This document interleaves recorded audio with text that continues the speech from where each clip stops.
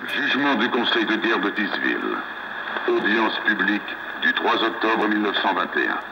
En cause, ministère public. Contre, Kibangu et consorts.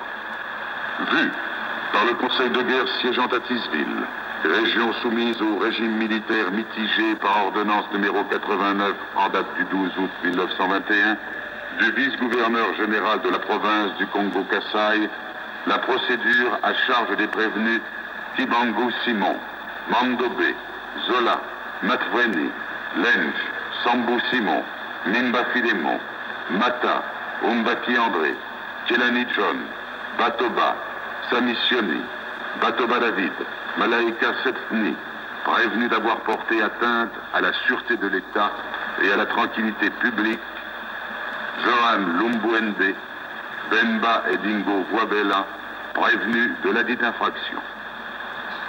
Vu l'assignation des prévenus à la requête de l'officier du ministère public en date du 28 septembre 1921. Oui, le ministère public en ses réquisitions. Oui, les prévenus en leur dire et moyens de défense présentés par eux-mêmes. Le Conseil de guerre. Attendu qu'il est établi que le 11 mai 1921, au village Nkamba, l'administrateur du territoire des Cataractes Sud dut subir les volontés des prophètes, de leurs aides et des bandes d'indigènes qui étaient réunis.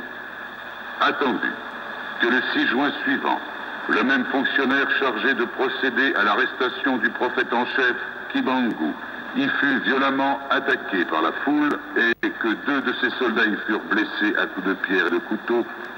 Attendu que les foules réunies par les prophètes étaient manifestement hostiles à l'État.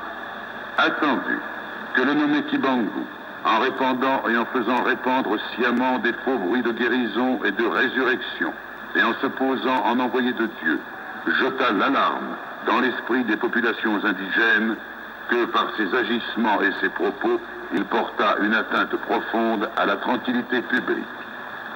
Attendu que Kibangu est parvenu en expliquant et en faisant expliquer le texte de la Bible à sa façon par ses aides et adeptes, à imposer ses volontés aux populations, qu'il a affirmé son prestige, comme il a déjà été dit, en répandant et en faisant répandre toujours par ses aides des faux bruits de miracles, en tenant des séances d'hommes et d'envoyés de Dieu dans son village et ailleurs, que c'est pendant ces séances qu'on a inculqué aux indigènes les fausses idées de religion, qu'on les a excités contre les pouvoirs publics établis. Attendu que Kibangu a été reconnu par les médecins saints de corps et d'esprit, et par conséquent responsable de tous ses actes, que ces crises de nerfs ne sont que de la simulation, qu'il se peut que quelques cas de maladies nerveuses aient été guéris par suggestion, mais que le prévenu en a profité pour tromper la bonne foi de la masse destinée à servir d'instrument inconscient à ses fins, que le but poursuivi était celui de détruire l'autorité de l'État.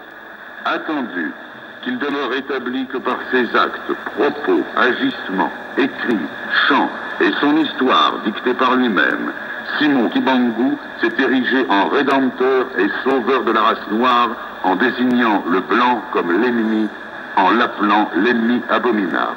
Attendu qu'il est établi par les faits que Kibangu, malgré la défense de l'autorité, a continué et persévéré dans son travail en faisant croire qu'un nouveau Dieu allait venir, que ce Dieu était plus puissant que l'État même, que ce Dieu était représenté par lui, Kibangu Mfumu Simon, Mvuluzi, qu'un temple nouveau, église nationale noire, allait être fondé.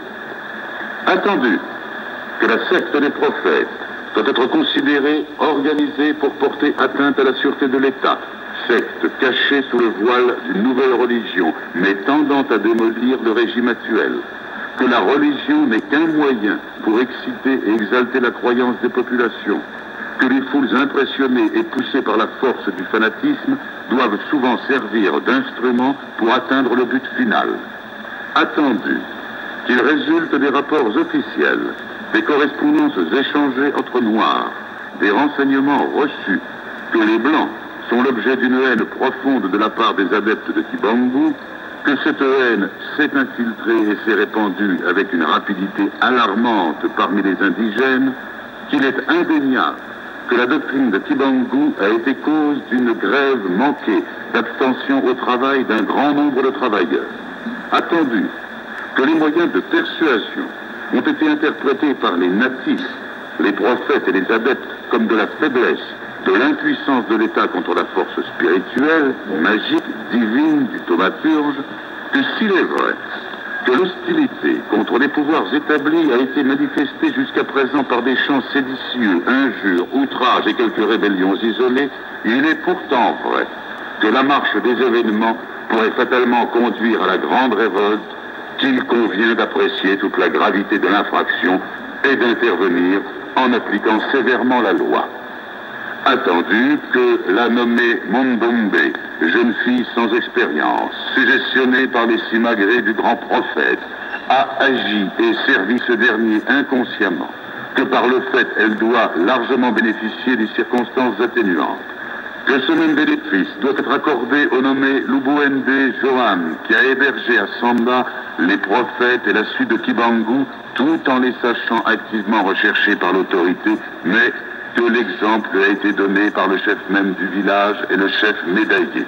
Le Conseil de guerre, vu les articles 101 ter du Code pénal, livre 2, et 101 ter du Code pénal, livre 1, vu les articles 31 et 32 du décret du 3 novembre 1917 sur la justice militaire, condamnant Simon Kibangu à la peine de mort, Zola, Matveni, Lenge, Sumbu Simon, Mimba Philémon, Mata, Umbaki André, Kelani John, Batoma Simissioni, Batoma David, Malaika Sesni, à la servitude pénale à perpétuité.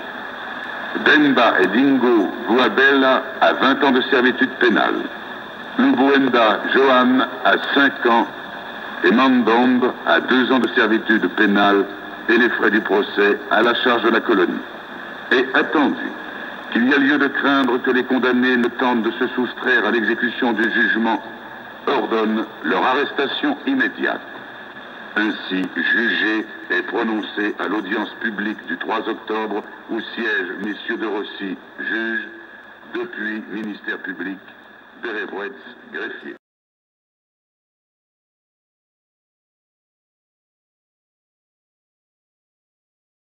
Kibangu subira toutes les humiliations de la part de ces juges qui ordonneront aux militaires qu'il soit frappé de verge et que des jets d'eau froide soient déversés sur lui pour qu'il dise toute la vérité sur l'affaire.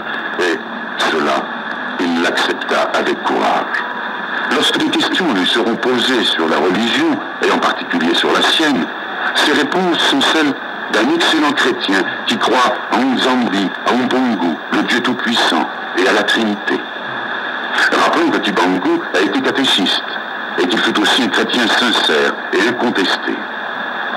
Est-ce ce fond de christianisme resté en lui et dont il s'était imprégné depuis ses plus jeunes années qui l'a empêché de provoquer des effusions de sang? Et pourtant, cet homme qu'on accusait de xénophobie eût été capable de tout. Après toutes les humiliations subies par lui de la part de ses juges, un seul geste y suffit dans un moment de colère ou de vengeance pour déclencher une action à main armée. Il ne l'a pas fait. Kibangu était conscient de tout ce qu'il faisait. Il n'a pas voulu rendre le mal pour le mal et faire répandre ainsi le sang des hommes pour des raisons personnelles.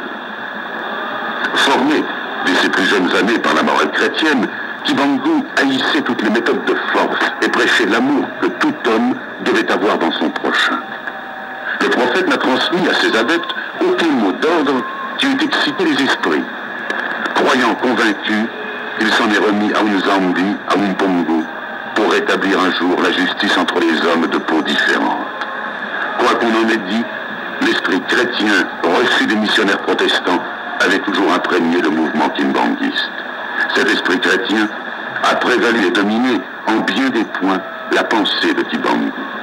Il faut ajouter à cela qu'il fait preuve de maîtrise de soi-même et de sagesse africaine, qualité d'ailleurs essentielle dans la société Bakongo, et exigeait des jeunes gens destinés à diriger les autres.